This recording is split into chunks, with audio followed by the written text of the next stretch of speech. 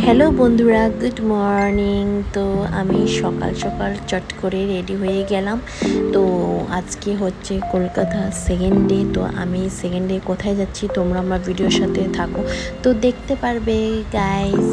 তো বন্ধুরা বলে দিলাম যে আজকে আমি এসে পড়েছি হচ্ছে মেমোরিয়াল ভিক্টোরিয়া দেখতে। তো ভিক্টোরিয়া দেখতে কেমন লাগে আমি এক্সপিরিয়েন্সটা তোমাদের সাথে শেয়ার করব। তোমরা আমার ভিডিওটা পুরো এন্ড তক দেখো, দেখলে জানতে পারবে যে আমি কি কি দেখলাম না দেখলাম। দেখো সামনেই আছে কত সুন্দর একটা নদী, তারপরে তো মানে কি বলবো, তাজমহলের মতনই দেখতে, এত সুন্দর এই মহলটা। মানে তোমরাও যদি আসো সামনের থেকে দেখতে পারো, তো দেখলে বলতে পারবে যে কীরকম কী না কি।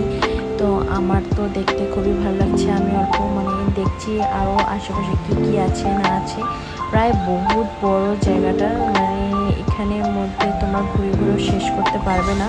তো আমরা তো হয়রান হয়ে গেলাম। তো চট করে এখন আমরা সেকেন্ড আরেকটা প্লেসে যাচ্ছি, সেটা হচ্ছে সায়েন্স সিটি। তো সায়েন্স সিটি যাওয়ার জন্য আমরা ওখান থেকে বের হয়ে পড়লাম। তো এখন গাড়ি করে উঠে তো আমরা যাচ্ছি।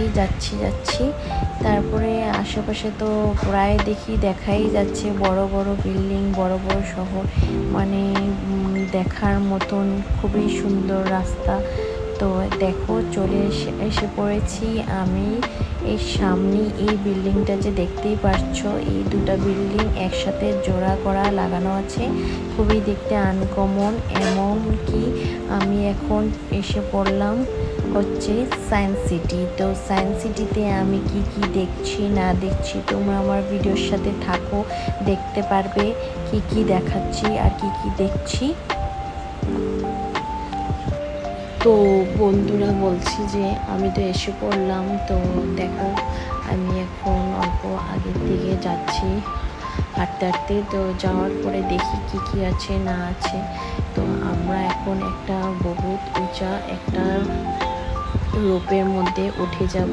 ওঠার পরে উপর থেকে সব কিছু ভিউটা দেখতে পারবো। তো ভিউটা দেখতে খুবই আনকমন লাগছিল। তো আমার অল্প ভয়ও লাগছিল, কিন্তু আমি ভয় পাইনি। তো দেখতে ভালোই লাগছিল দেখতে। তো আমি বলছিলাম যে তোমরা একবার আসো, এখানে দেখতে পারবে আনকমন জিনিস আছে, খুবই ভালো জিনিস আছে। তো এসে দেখলেই নিজেরাই বুঝতে পারবে।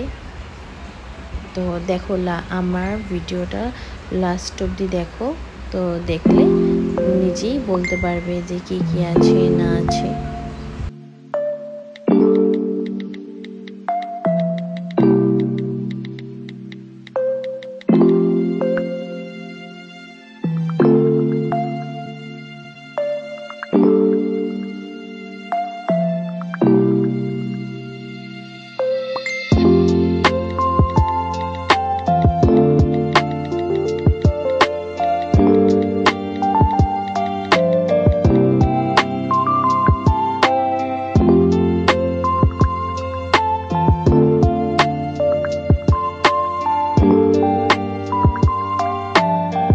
তো বন্ধুরা এখন আমাদের ভিতরের দৃশ্য তো সব দেখা হয়ে গেছে। এটা হচ্ছিল বাইরের দৃশ্য, খুবই সুন্দর ছিল। এখানে গান হচ্ছিল আর ওয়াটারফলসগুলো হচ্ছে, এটার সাথে সাথে মিউজিক দিচ্ছিল।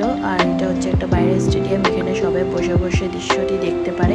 তো আমরা তো এখানে কিছুক্ষণের জন্য বসলাম, বসে চলে গেলাম বাড়ির দিকে। তো আমার ভিডিওটা পুরো এন্ড অবধি দেখো, যদি দেখে থাকো ভালো লাগে তো লাইক সাবস্ক্রাইব করো। তোমার